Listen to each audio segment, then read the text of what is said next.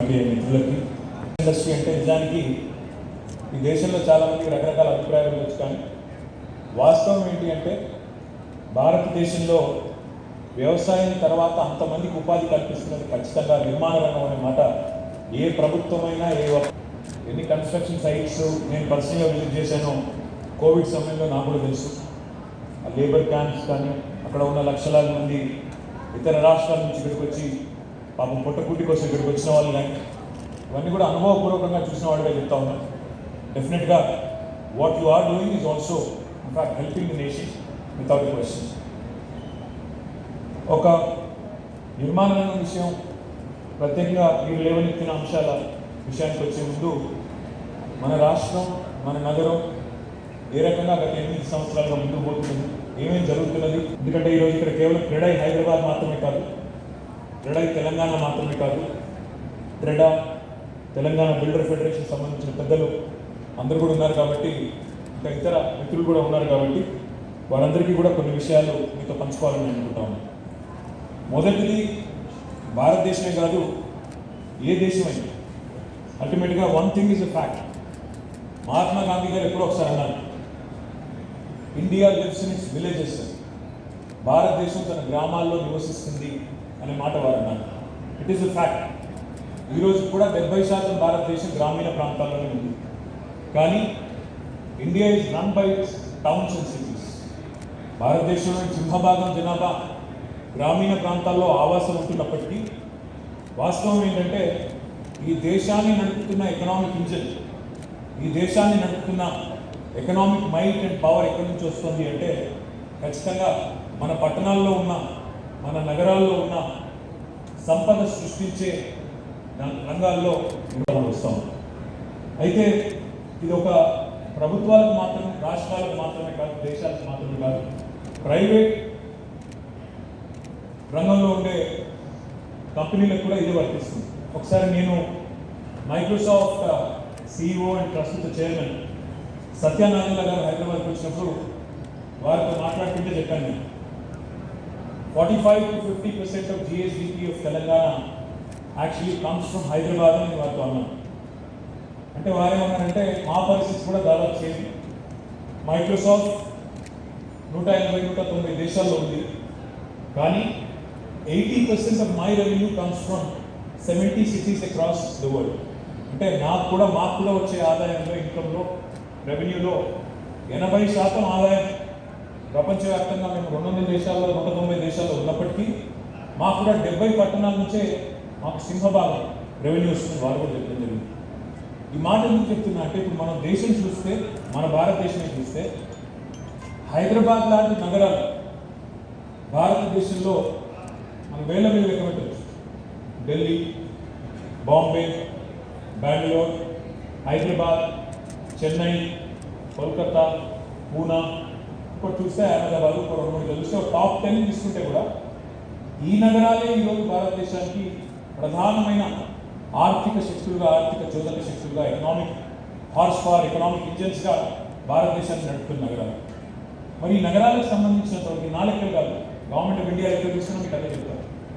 ఈ నగరాలకు సంబంధించి మనం వీటిని కనుక సవ్యంగా కాపాడుకోవాలి. అన్ని ప్రాంతాల నుంచి వచ్చి ఇక్కడ స్థిరపడ్డ వాళ్ళు ఉన్నారు. ఇక్కడ ఉద్యోగ అవకాశాలు కానీ, ఉపాధి అవకాశాలు కానీ, వైద్యం కానీ, విద్య కానీ. వైద్యం కోసం అయితే మన దగ్గరికి దాదాపు 60-70 దేశాల నుంచి వస్తున్నారు.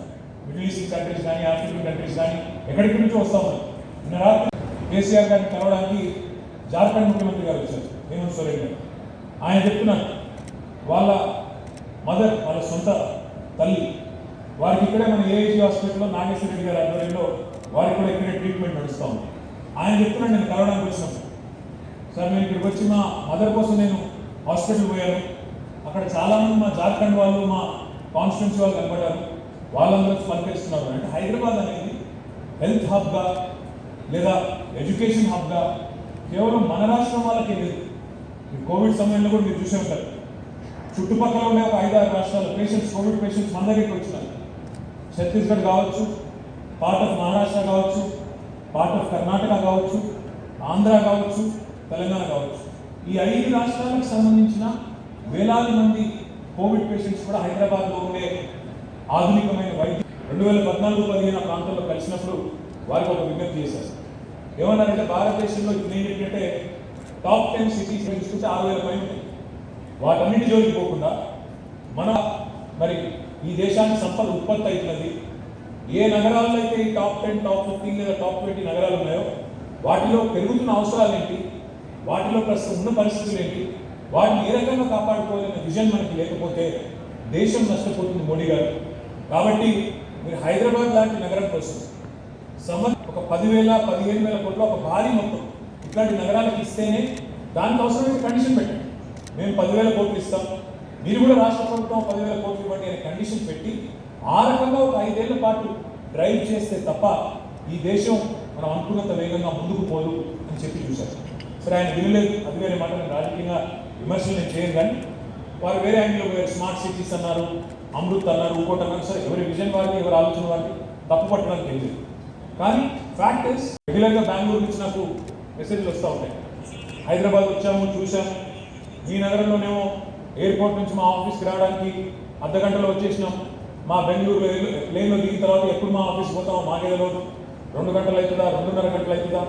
నా దగ్గర చాలామంది ఇన్వెస్టర్స్ వస్తే ఉంటే వారికి కూడా నేను చెప్తా ఉంటాను, ఒక పని చేయండి, మీరు ముందు బాంబే పోండి, తర్వాత మీరు ఢిల్లీ పోండి, ఆ తర్వాత చెన్నై పోండి, తర్వాత బెంగళూరు పోండి, లాస్ట్ మా దగ్గర రండి, దాంతో మాట్లాడాల్సిన పని కూడా లేదు. ఒకసారి మా నగరానికి వస్తే ఆటోమేటిక్ అవన్నీ చూసిన తర్వాత మీరే అంటారు, వాళ్ళందరికంటే మీరే చాలా బాగున్నారు, మీరే రేట్ వస్తామంటారు. ఆ స్థాయిలో నిజానికి ఈరోజు డెఫినెట్గా భారతదేశంలో ఎవరు అవునన్నా కాదన్నా, ఎవరికి నచ్చినా నచ్చకపోయినా వాస్తవం ఏంటి అంటే Hyderabad is the city with the best infrastructure for it's size in our country. ఇది నేను చెప్పడం కాదు, మర్సర్ అనే సంస్థ which rates cities across the world on liveability index, they said it 2015 నుంచి 2020 భారతదేశంలోని అన్ని నగరాల కంటే వరుసగా 5 సంవత్సరాల పాటు అత్యుత్తమ నగరం ఏది అంటే హైదరాబాద్ అని చెప్పి ఇంటర్నేషనల్ ఏజెన్సీ చెప్తాము. మన డబ్బ మనం కొట్టుకోవాల్సిన అవసరం లేదు. బెంగళూరు నుంచి వచ్చేవారు ఎవరైనా అర్థమవుతుంది. వినగా మనకి పేరు చెప్తే బాగుంటుంది, వాళ్ళు ఇబ్బంది పెడతారు. కానీ ఒక ఎంపీ గారు, భారతీయ జనతా పార్టీకి సంబంధించిన ఒక ఎంపీ గారు అక్కడ వేరే ఉత్తర భారతదేశం నుంచి వచ్చారు. ఏదో కమిటీ మీటింగ్ అని, ఇక్కడ పార్లమెంటరీ స్టాండింగ్ కమిటీ మీటింగ్ ఏదో ఒకటి వచ్చినారు. వచ్చిన తర్వాత వారు ప్రైవేట్ సంభాషణలో పక్కకు పోయి టీ తాగుతుంటే చెప్తున్నారు, నేను ఇక్కడ మీ కోహినూర్ హోటల్లో ఉన్నాను, మా చుట్టాలు అక్కడెక్కడో అక్కడ కింద మాదాపూర్ ఇక్కడ చెప్పారు, అక్కడెక్కడ ఉన్నారు, 7 minutesలో వెళ్ళిపోయాను, మా దగ్గర వీళ్ళ ఫ్లైఓవర్ లేవు, మా దగ్గర వీళ్ళ రోడ్స్ లేవు, మా దగ్గర వీళ్ళ సిస్టమ్స్ లేవు, ఇన్ఫ్రాస్ట్రక్చర్ లేదని చెప్తా ఉన్నాను. సార్ బయటకు వచ్చి మళ్ళీ విమర్శించారు, అది వేరే విషయం అనుకోండి. రాజకీయంగా సహజంగా హైదరాబాద్. కానీ వాస్తవం ఏమంటే ఇతర నగరాలకి, ఇతర రాష్ట్రాలకి పోయి మన నగరానికి తిరిగి వస్తేనే అప్రిషియేట్ చేస్తారు. నా ఫ్రెండ్ ఒక ఆయన ఉన్నారు, ఆయన సంక్రాంతికి పక్క రాష్ట్రానికి పోయారు. వాళ్ళకి అక్కడ టోటల్ ఉన్నాయి, ఇల్లు ఉంది, అక్కడ పోయారు. పోయి వచ్చిన తర్వాత నాకు ఫోన్ చేసి కేటీఆర్ గారు మీరు పని చేయండి, మీ దగ్గర మీ రాష్ట్రం నుండి ప్రతి గ్రామం నుంచి 4 బస్సులు పెట్టి పక్క రాష్ట్రాలకు పంపేయండి సార్. ఎందుకంటే ఏం లేదు సార్, నేను పోయాను 4 రోజులు ఉన్నాను సంక్రాంతి, మా ఊళ్ళో కరెంటు లేదు, నీళ్లు లేవు, రోడ్లు ధ్వంసమైపోయి ఉన్నాయి, అన్యాయంగా అధ్వానం ఉంది, మళ్ళీ తిరిగి వచ్చినాకనే నాకు ముగ్గురు పిలుచుకున్నట్టుంది. ఇప్పుడు మీరు పని చేయండి, మన వాళ్ళందరినీ అక్కడ పంపండి, అప్పుడు తెలిసి వస్తుంది మన విలువేంటో, మన ప్రభుత్వం చేస్తుంది ఏంటో అని ఆయన కూడా చెప్పారు. నేను చెప్తున్నది ఏదైనా అతిశయోక్తి అని మీకు అనిపిస్తే, నేను చెప్తున్నది ఏదైనా నేనేదో ఒక ఎక్కువ చెప్తున్నాడు వాళ్ళ గవర్నమెంట్ వాళ్ళు ఇలాంటి కొంతమందికి నచ్చకపోవచ్చు, కానీ వాస్తవాలు కొన్ని రాష్ట్రాల్లో, కొన్ని నగరాల్లో ఒక బిల్డింగ్ కట్టాలంటే, 1 million square feet బిల్డింగ్ కట్టాలంటే గవర్నమెంట్ స్క్వేర్ ఫీట్ ఇంత అని లంచం ఇవ్వాలి, లేకపోతే పర్మిషన్ రాదు. ప్రతిపక్ష పోలకు ఇంత అని పర్మిషన్ ఇవ్వాలి, లేకపోతే రాదు. నేను చెప్పేది వాస్తవం కాదా? ఇక్కడ ఉందా ఆ పరిస్థితి? ఇంతమంది లోపలికి అడుగుతా ఉన్నాం. మన రాష్ట్రంలో ఆ పరిస్థితి ఉందా? లంచాలు ఇచ్చి పర్మిషన్ తెచ్చుకునే దురవస్థ ఈ రాష్ట్రంలో ఉందా? అది పారిశ్రామిక క్లియరెన్స్ కానీ, బిల్డింగ్ పర్మిషన్స్ కానీ, మీరు 2,000 కోట్లు పెట్టినా, 12,000 కోట్లు తెచ్చి బిల్డింగ్లు కట్టినా మిమ్మల్ని పైసా అడిగినవాడు ఎవరు ఉన్నాడా? ఎవరైనా ఇబ్బంది పెడుతున్నారా? నేనేమంటున్నా అంటే ఇంత పారదర్శకంగా, ఇంత వేగంగా, ఇంత పురోగమనంగా, ఇంత ప్రోగ్రెసివ్గా, ఇంత ప్రగతిశీలంగా ఆలోచించే రాష్ట్రం, ఆలోచించే నాయకత్వం. నేను హైదరాబాద్లో పెరిగినవాడిని, ఇక్కడే 7, 8, 9, 10 అంతా ఇక్కడే చదువుతున్నాను. 7th, 8th, 9th, 10th. Erram Manzil కాలనీలో ఉండేది అక్కడ మన ఖైరతాబాద్ దగ్గర. చాలాసార్లు అసెంబ్లీలో కూడా చెప్పాను, మా కాంగ్రెస్ బాధపడింటారు మిత్రులు. కానీ ఆ ఖైరతాబాద్ దగ్గరికి వచ్చేసరికి ఆ జలమండలి ఆఫీస్ దగ్గరికి వచ్చేసరికి ట్రాఫిక్ జామ్. ఎండాకాలం వచ్చిందంటే ఏప్రిల్ ఈ టైం వచ్చిందంటే ఖాళీ కుండలు ఖాళీ బిందెలు ధర్నాలు, మంచినీళ్ళ కోసం నానా తిప్పలు గోల అవస్థ ఉందా ఈరోజు పరిస్థితి? హైదరాబాద్ ఎక్కడైనా కనబడుతున్నాయా ఖాళీ కుండల ప్రదర్శనలు, ఖాళీ బిందెల ప్రదర్శనలు, జలమండలి ముందు ధర్నాలు ఉన్నాయా? లేవు. మంచినీళ్ళ సమస్య పోయింది, శాశ్వతంగా పరిష్కరించబడ్డది. అది మాత్రమే కాదు, నేను స్కూల్లో ఉన్నప్పుడు మీకు గుర్తున్నారు, హైదరాబాద్లో నేను చెప్పేది 20-30 ఏళ్ళ కింద అనుకోండి, ఇంకెక్కువగా కావచ్చు. హైదరాబాద్లో ప్రతి సంవత్సరం ఏదో పండుగ వచ్చిందంటే పంచాయతీ, గ్యారంటీ 1 వీక్ కర్ఫ్యూ, ఏదో పంచాయతీ, ఏదో పని వీడు వాడిని తిట్టడం, వాడిని వీడి తిట్టడం, వాడు వీడి కొట్టుకోవడం, వీడు వాడిని కొట్టుకోవడం, మొత్తానికి వారం రోజులు స్కూల్కి అయితే హాలిడేస్ లేదు. ఇప్పుడు పిల్లలు మమ్మల్ని తిట్టుకుంటున్నారు, స్కూల్ హాలిడేస్ వస్తలేవు, కర్ఫ్యూ లేదు, పంచాయతీ లేవు.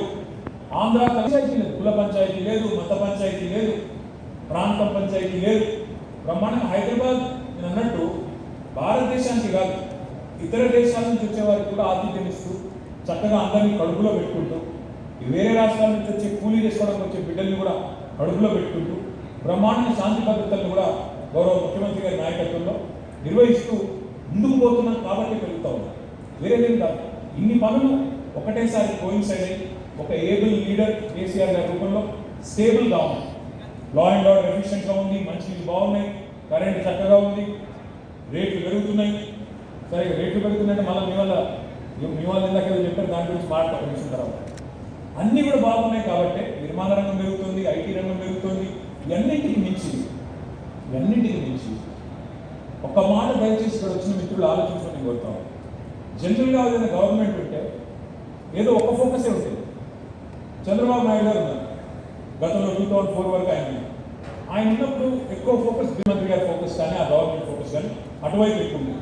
తర్వాత రాజశేఖర రెడ్డి గారు వచ్చిన తర్వాత వ్యవసాయం, గ్రామీణ ప్రాంతాలు, ప్రోపోర్ ఆయన యాజ్ ఎ లీడర్, ఆయన విజన్, నేను వ్యవసాయం, గ్రామీణ ప్రాంతాలు వాటి మీద దృష్టి పెట్టే ముఖ్యమంత్రిగా ఆయన పేరు తెచ్చుకున్నాను.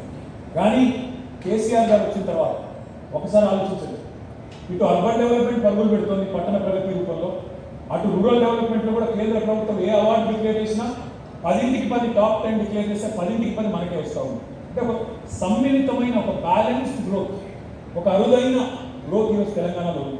ఇక్కడ ఐటీ ఎక్స్పోర్ట్స్ పెరుగుతున్నాయి, వ్యవసాయ ఉత్పత్తులు కూడా పెరుగుతున్నాయి, పరిశ్రమలు పారిశ్రామికీకరణ వేగంగా జరుగుతుంది, పర్యావరణంలో కూడా ధీటుగా దృష్టి పోతా ఉన్నాం. 230 కోట్ల మొక్కలు పెట్టి 7% గ్రీన్ కవర్ను పెంచిన ఏకైక రాష్ట్రం భారతదేశంలో తెలంగాణ. హైదరాబాద్ లాంటి సిటీకి వరుసగా 2 సంవత్సరాలు, Hyderabad as the only city in India as tree city of India, వరుసగా 2 సంవత్సరాల పాటు ఒకవైపు ఐటీ పెరుగుతుంది, గూగుల్ వచ్చింది, అమెజాన్ ఇవన్నీ ఉన్నాయి, ఇంకోవైపు పర్యావరణం దెబ్బతిన్నట్టు. సో దిస్ బ్యాలెన్స్డ్ మోడల్ ఈ దేశంలో ఎక్కడా లేదు, ఏ రాష్ట్రంలో లేదు. ఒక ముఖ్యమంత్రికి ఇంత సమ్మిళితమైన విజన్ ఉండడం, డెవలప్మెంట్ జరుగుతోంది, వెల్ఫేర్ కూడా జరుగుతుంది, పేదవారి సంక్షేమం, అభివృద్ధి రెండు, పర్యావరణం, పరిశ్రమలు, వ్యవసాయం, ఐటీ, అదేవిధంగా పట్టణ ప్రగతి, పల్లె ప్రగతి. ఇది చాలా అరుదైన మోడల్, భారతదేశంలో ఇంతవరకు ఎక్కడ ఏ రాష్ట్రంలో చూడని మోడల్. కాబట్టి ఈరోజు ఒక హైదరాబాద్లోని భూముల ధరలు పెరగడం లేదు. మా సిరిసిల్ల నేను ప్రాతినిధ్యం వహించిన నియోజకవర్గం, అక్కడ పోయి అడుగుతూ ఉంటాను, మా వాళ్ళని కావాలని అడుగుతూ ఉంటాను. మా లీడర్లు ఉంటారు, మా స్థానిక నాయకులు ఉంటారు, మన ఊళ్ళో రేట్ ఎంత ఉంది భూమి అని అడుగుతాను. నేను ఎమ్మెల్యేగా మొదటిసారి అయింది 2009లో. ఈరోజు తెలంగాణ వచ్చిన తర్వాత ఈ 8 ఏళ్ల తర్వాత ఎక్కడా కూడా తెలంగాణ రాష్ట్రంలో ఈరోజు 15 లక్షల నుంచి 25 లక్షల తక్కువ ఎకరం భూమి ఎక్కడా లేదు. మీరు భూతద్దం పెట్టి ఎక్కినా దొరకదు, ఏ మూల కనబడదు. ఆదిలాబాద్ నుంచి భద్రాచలం దాకా, అలంపూర్ నుంచి ఇంకెక్కడికైనా పోదు, ఎక్కడ మీకు 15 లక్షల నుంచి 25 లక్షల రూపాయల లోపల ఎక్కడ భూమి దొరకదు. ఒకప్పుడు నీళ్లు లేక, సాగునీరు లేక, తాగునీరు లేక, కరెంటు సరిగా రాక కునాలి వెళ్ళిపోయిన తెలంగాణ రైతు ఈరోజు ధీమాగా ఉన్నాడు. నాకు 1 ఎకరం భూమి ఉన్నా నాకు 20 లక్షల రూపాయలు నా బ్యాంకులో ఉన్నట్టే, నా పిల్లోడికి డోకా లేదు అనే ఒక విశ్వాసం, ప్రభుత్వం యొక్క సమర్థత, దక్షత, నాయకుడి యొక్క విజన్ వల్ల ఇవన్నీ సాధిస్తూ ఉంది. అంటే ఎందుకు చెప్తా ఉన్నా అంటే, గ్రామీణ ప్రాంతాలకు క్రీడై తెలంగాణ మురళీకృష్ణారెడ్డి గారు చెప్పినారు, మాకు పట్టణ ప్రాంతాల్లో, పల్లె ప్రాంతాల్లో, Tier 2 టౌన్స్లో గ్రామ పంచాయతీ లేఅవుట్లు అవన్నీ అన్నారు, మాకు బాగా ఇబ్బంది అవుతుందన్నారు. అక్కడ కూడా ఈరోజు ఎక్కడ లేని గిరాకీ వచ్చింది లేఅవుట్. అక్కడ కూడా ప్లాట్లకు ఎక్కడ లేని గిరాకీ వస్తున్నదంటే సంపద సమంగా సృష్టించబడి అంతటికీ విస్తరిస్తేనే అందరి చేతుల్లోకి వస్తేనే ఈరోజు రాష్ట్రం మొత్తంగా ముందుకు పోతాం తప్ప ఒక హైదరాబాద్ బాగుపడితే ఒక వరంగల్ బాగుపడితే ఒక పట్టణం ఒక నగరం బాగుపడితే కాదు, రాష్ట్రంలోని అన్ని వర్గాల ప్రజలు అందరూ కూడా సంతోషంగా ఉంటేనే రాష్ట్రం ముందుకు పోతున్న విషయాన్ని కూడా నేను మీకు విజ్ఞప్తి చేస్తా ఉన్నాను. అయితే తెలంగాణ యొక్క అచీవ్మెంట్స్ ఏంటి అంటే, ఎందుకు మనం ఇట్లా పురోగమిస్తున్నామంటే జస్ట్ మీకు ఐడియా కోసం చెప్తాము. Per capital income of Telangana 2014లో కేసీఆర్ గారు ముఖ్యమంత్రి అయిన రోజు పర్ క్యాపిటల్ తలసరి ఆదాయం తెలంగాణది 1,24,000 పర్ క్యాపిటల్ ఆఫ్ తెలంగాణ. ఈరోజు 7 ఏళ్ల తర్వాత మొన్న మార్చి 31 నాటి తెలంగాణ పర్ క్యాపిటల్ ఇన్కమ్ ఎంత అంటే 2,78,000 రూపాయలు, 130% పెరిగింది. చరిత్రలో ఎప్పుడు ఒక మీరు కావాలంటే స్టాటిస్టిక్స్ తీసుకోవచ్చు, చూసుకోవచ్చు. మన రాష్ట్రం యొక్క GSDP gross state domestic product Telangana వచ్చినాడు 5 లక్షల కోట్లు. ఈరోజు 7 ఏళ్ల తర్వాత 11,55,000 కోట్లు, 128%, 130% పెరిగి 11,55,000 కోట్లు అయింది. తెలంగాణ భౌగోళికంగా చూస్తే, జియోగ్రాఫికల్గా చూస్తే we are 11th largest state in India. మొత్తం 28 స్టేట్స్లో Telangana is 11th largest geographical. Population పరంగా చూస్తే వీఆర్ 12th లార్జెస్ట్, 12వ అతిపెద్ద రాష్ట్రం. కానీ ఆర్బీఐ రిపోర్ట్ ప్రకారం, reserve bank of India report ప్రకారం we are the 4th largest contributor to India's economy. మనకంటే పెద్దవాళ్ళు 7-8 మంది కంటే మనం ఈ దేశానికి ఎక్కువ దోహదపడుతున్నాం, ఈ దేశ పురోగమనానికి అభివృద్ధికి ఎక్కువ కాంట్రిబ్యూట్ చేస్తూ ఉన్నాం. పర్సంటేజ్ టర్మ్స్లో చెప్పాలంటే we are only 2.5% of India's population. 140 కోట్ల భారతదేశంలో మన 4 కోట్లు మాత్రమే. కానీ we contribute to 5% of India's GDP. Literally ఒక 50 కిలోల బాక్సర్ కదా 100 కిలోల బాక్సర్తో కొట్లాడితే ఎట్లా ఉంటుందో, we are punching double our weight. That is Telangana. ఇది చిన్న విషయం కాదు. ఊరికే ఆషామాషిగా 4 డైలాగులు పెడితే, ఇప్పుడు మీరు ఇక్కడ రాశారు హోమ్ ఫర్ ఎవ్రీవన్ అన్నారు, ఒక పెద్ద ఆయన కూడా అన్నాడు హౌసింగ్ ఫర్ ఆల్ బై 2022 అన్నాడు. నేను చెప్పా పేరు మనం చెప్తే మీరు కూర్చున్న వాళ్ళు ఎవరో ఏంటో మీకు ఎవరెవరితో సంబంధాలనే నాకు తెలియదు. కొంతమంది అక్కడి నుంచి వచ్చి పోటీ చేసే కూడా ఉన్నారు. హౌసింగ్ ఫర్ ఆల్ అందమైన నినాదం, చక్కటి ఉద్దేశం అయిందా? జరిగిందా? కుదరగొట్టడం, పేపర్లలో కనబడడం, వీటితో అయిపో పనులు. 2022 కల్లా ఫార్మర్ ఇన్కమ్ డబల్. ఏడ డబల్ అయింది? గుజరాత్లో అయిందా, మహారాష్ట్రలో అయిందా, ఏ ఊళ్ళో అయిందో చూపెడితే నేను కూడా వస్తాను. 2022 కల్లా బుల్లెట్ రైలు ఉరుకుతాయి దేశంలో అన్నారు. 7 ఉరుకుతున్నాయి బుల్లెట్ రైలు. Installed capacity, power capacity in the state of Telangana was 7,600 megawatts. Demand was 9,000+ megawatts. అంటే అప్పటికే కష్టాల్లో మన ప్రయాణం ప్రారంభమైంది. చాలా ఇబ్బందుల్లో మనం డిమాండ్ ఎక్కువ, సప్లై తక్కువ ఉండి ఒక కునారిల్లిపోయిన పరిస్థితుల్లో విద్యుత్ సంక్షోభంలో తెలంగాణ ప్రయాణం ప్రారంభమైంది. విద్యుత్ సంక్షోభం అంటే హైదరాబాద్లో అపార్ట్మెంట్లలో ఇన్వర్టర్లు, జనరేటర్లు మాత్రమే కాదు. గ్రామాల్లో తెలంగాణలో, ఇక్కడ తెలంగాణ నుంచి ఉన్న వాళ్ళందరికీ తెలుసు, గ్రామాల్లో వ్యవసాయం చేసే వాళ్ళకి తెలుసు, 25 లక్షల బోర్వెల్స్, ట్యూబ్వెల్స్ ఉంటాయి. మా రాజశేఖర్ కరీంనగర్ ఆయన గెలికే 25 లక్షల బోర్వెల్స్, ట్యూబ్వెల్స్. తెలంగాణ రైతులు 50,000 కోట్లు ఖర్చు పెట్టేసిన వాళ్ళు. వాళ్ళ కరెంట్ రాదు, భూమిలో నీళ్లు ఉండవు. మా సిరిసిల్ల 800 ఫీట్లు కొడితే నీళ్లు పడవు, 600 ఫీట్లు కొడితే నీళ్లు పడవు. కొన్ని ప్రాంతాల్లో, మెట్ట ప్రాంతాలు, దుర్భిక్ష ప్రాంతాలు. అట్లాంటి ప్రాంతాల్లో ముందే నీళ్లు లేవంటే, ముందే బోర్బాయిల మీద ఆధారపడి వ్యవసాయం చేస్తుంటే కరెంట్ ఇయ్యక ఇబ్బంది పెట్టిన పరిస్థితి. కావాలంటే కరెంట్ దొరకదు ఆనాటి పరిస్థితి. ఇంతలో పక్కన 7 మండలాలలో, తెలంగాణకు సంబంధించిన 7 మండలాలు తీసుకొని పక్కకు ఆంధ్రాలో కలిపేసినారు. ఆ 7 మండలాల్లో లోవర్ సీలేరు అనే ఒక పవర్ జనరేషన్ స్టేషన్ కూడా ఉంది, 450 megawatts. అది కూడా పోయింది.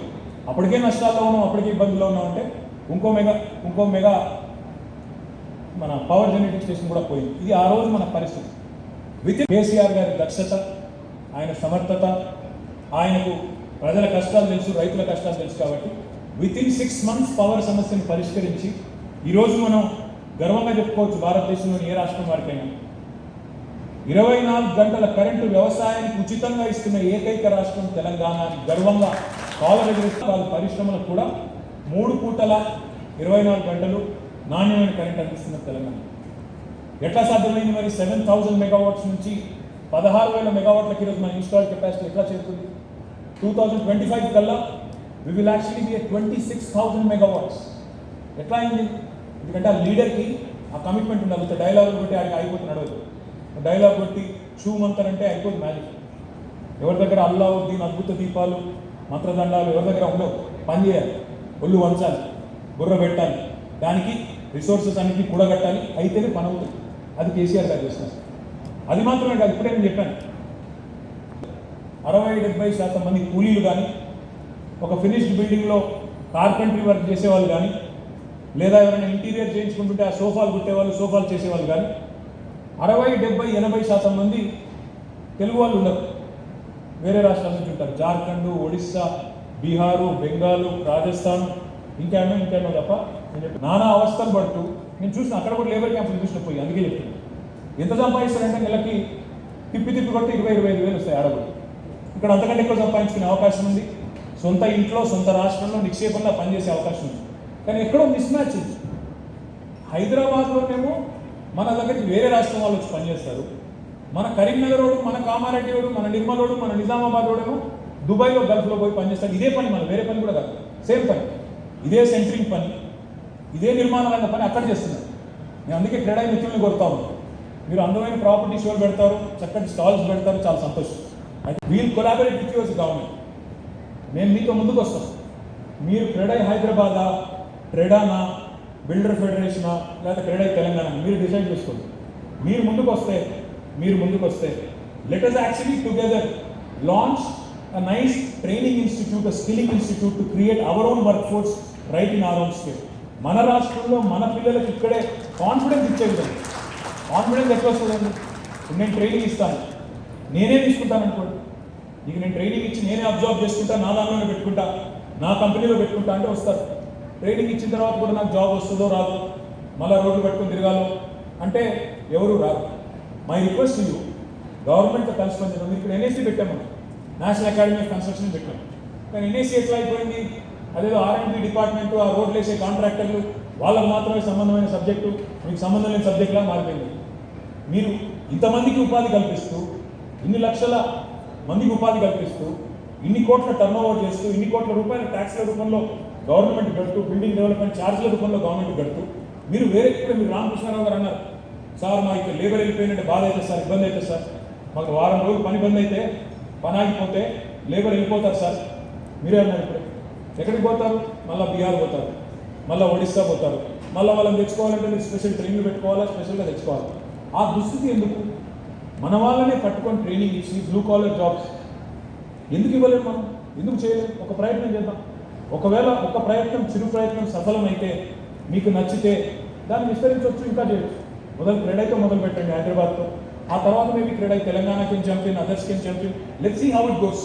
మీకు కావాల్సింది ఏంటి? ఒక ఇన్స్టిట్యూట్ కావాలి, దానికి కొంత సపోర్ట్ కావాలి గవర్నమెంట్ నుంచి. తప్పకుండా అది మేము చేస్తాము. మీరు సెటప్లో ముందుకు వచ్చి మాకు హెల్ప్ చేయండి.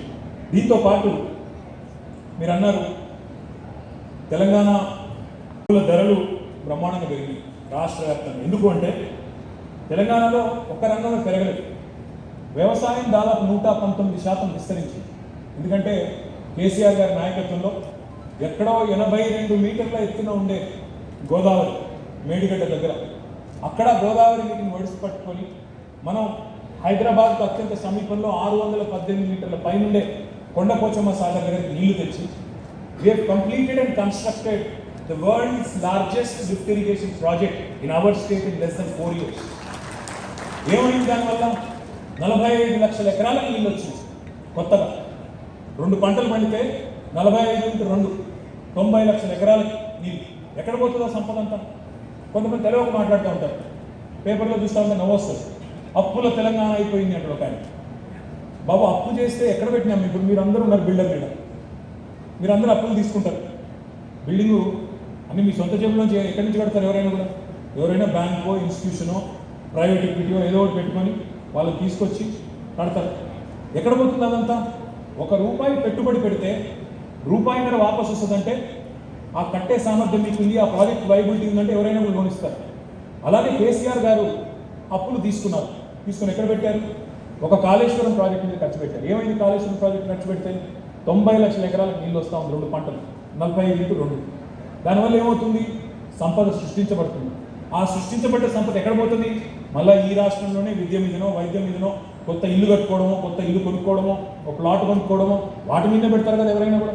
వేరే కాడికి పోయితే ఏమో చేయరు కదా. Create more money, money begets money అంటారు. అది మనకే లాభం కదా. Productive expenditure.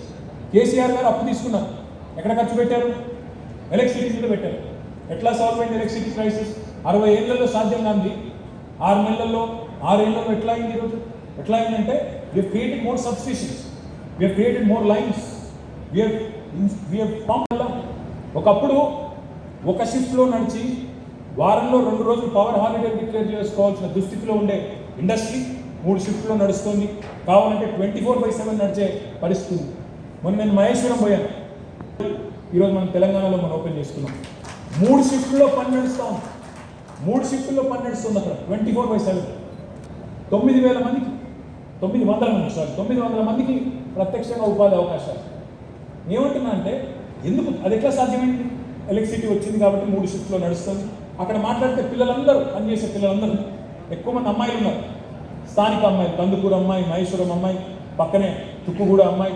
మహేశ్వరం కాన్స్టిట్యూన్సీలో నేను సబితక్క ఇద్దరు తిరుగుతుంటే ఆ అమ్మాయిలతో మాట్లాడుతుంటే 50-60 మందితో సంతోషం అనిపించింది.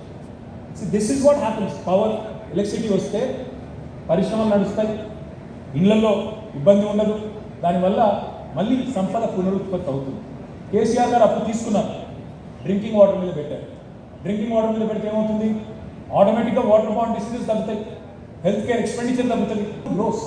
That is what smart people do, that is what smart countries do.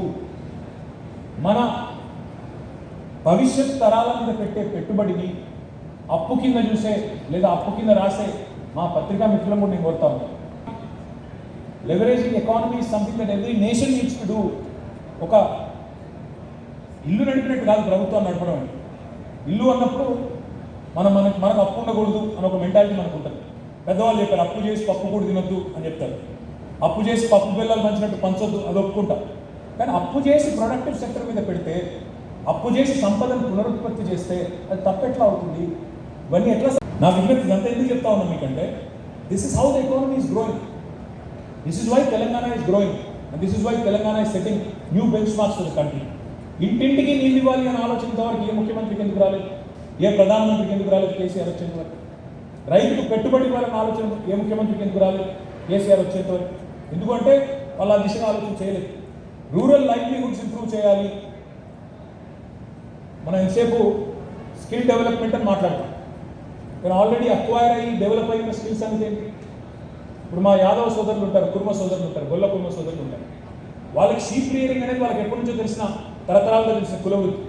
అందులో ఎవరైనా నేను ఈ రంగంలో నేను ఉంటాను, సంపదను సృష్టిస్తాను అంటే తప్ప. నిన్న నా దగ్గరికి ఒక డెన్మార్క్ ఇన్వెస్టర్ వచ్చాడు. డెన్మార్క్ నుంచి వచ్చాడు. ఆయన వచ్చాయని చెప్తా ఉన్నాడు, sir we are into sustainable waste management, sustainable agri waste and sustainable. Sir మా దగ్గర పిగరీస్ చాలా ఉంటాయి, మా దగ్గర పౌల్ట్రీ చాలా ఉంటుంది డెన్మార్క్లో, వాటన్నిటికి సంబంధించిన వేస్ట్ మేనేజ్మెంట్ చేస్తున్నాం. నేను అనుకుంటా ఉంటే అప్పుడు పిగరీ మేనేజ్మెంట్, పౌల్ట్రీ మేనేజ్మెంట్ డెన్మార్క్ వాడు చేయొచ్చు, మనం షీప్ రీరింగ్ చేయకూడదా? అది చేస్తే తప్ప. మాంసం తినట్లేదా జనాలు? చికెన్ తినట్లేదా? ఉత్పత్తి పెరిగితే తప్ప. మన వాళ్ళు దాని నుంచి సంపద సృష్టిస్తే తప్ప.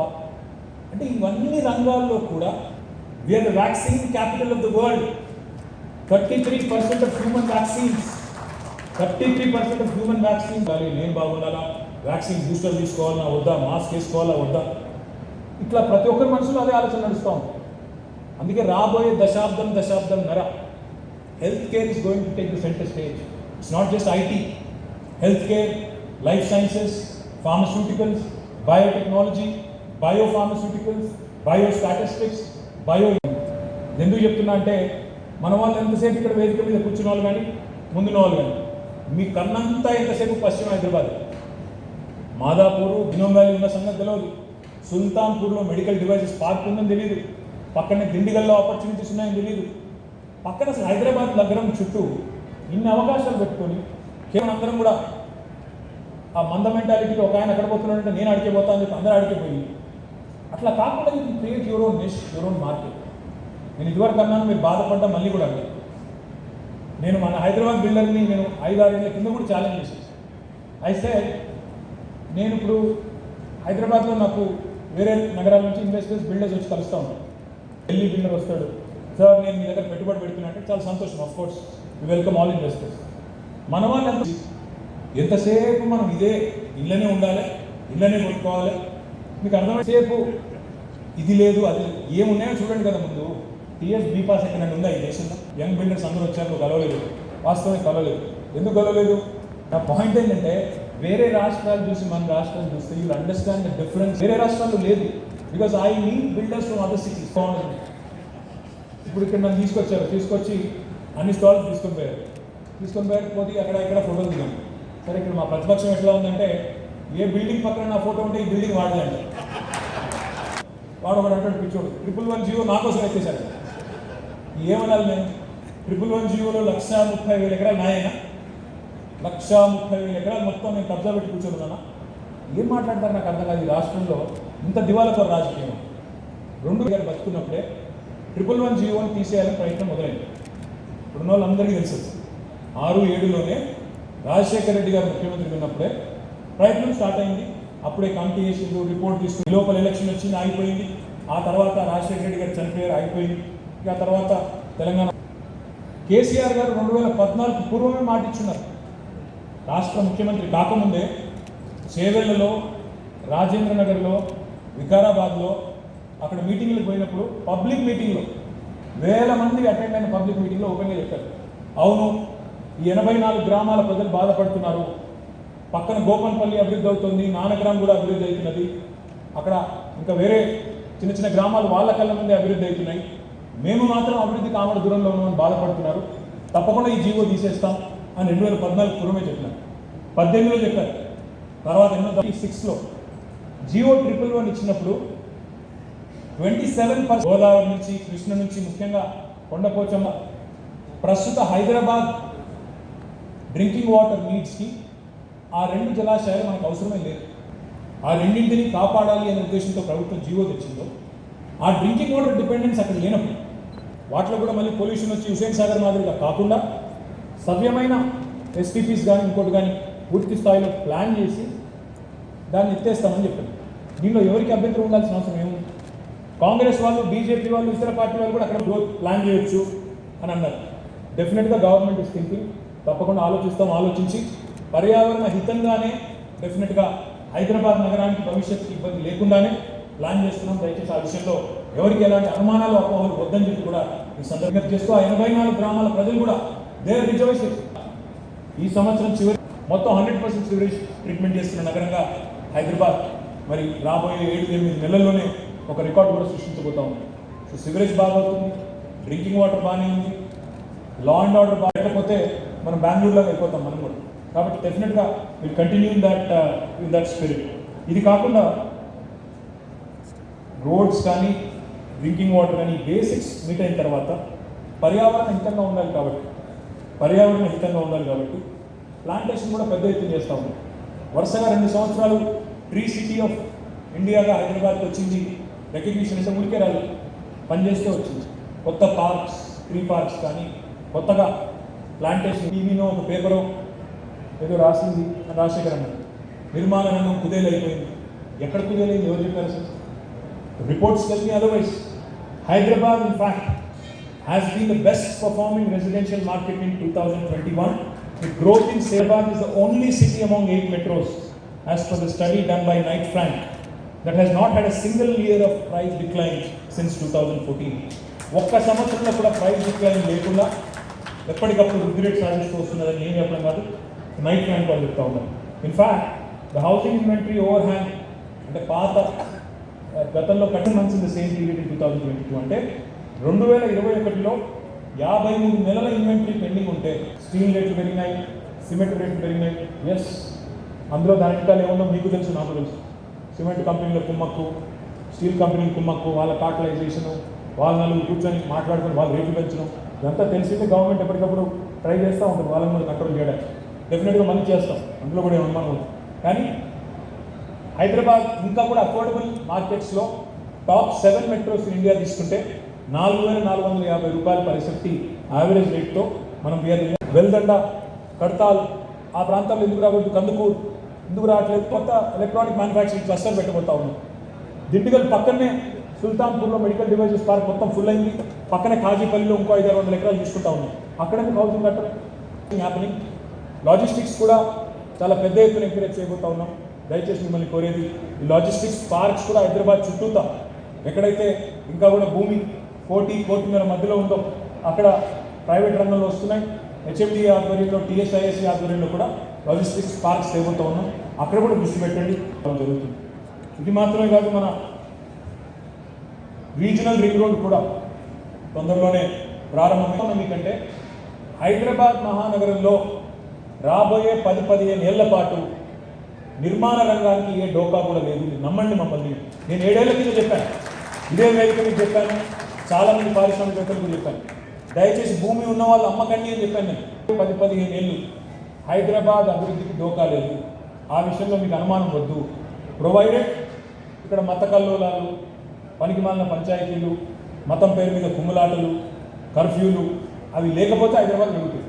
అంటే శాంతి సామరస్యాలు, ఒక నగరం బాగుండాలి అంటే, ఒక నగరం ముందుకు పోవాలి అంటే, మీరందరూ బాగుండాలి అంటే అనవసరపు పంచాయతీలు పెట్టుకోకుండా, అభివృద్ధిని ఆటంకపరిచే కార్యక్రమాలు చేయకుండా పాజిటివ్ ప్రోగ్రెసివ్ అవుట్లుక్ మీరు ఒకసారి ఆలోచించండి దయచేసి.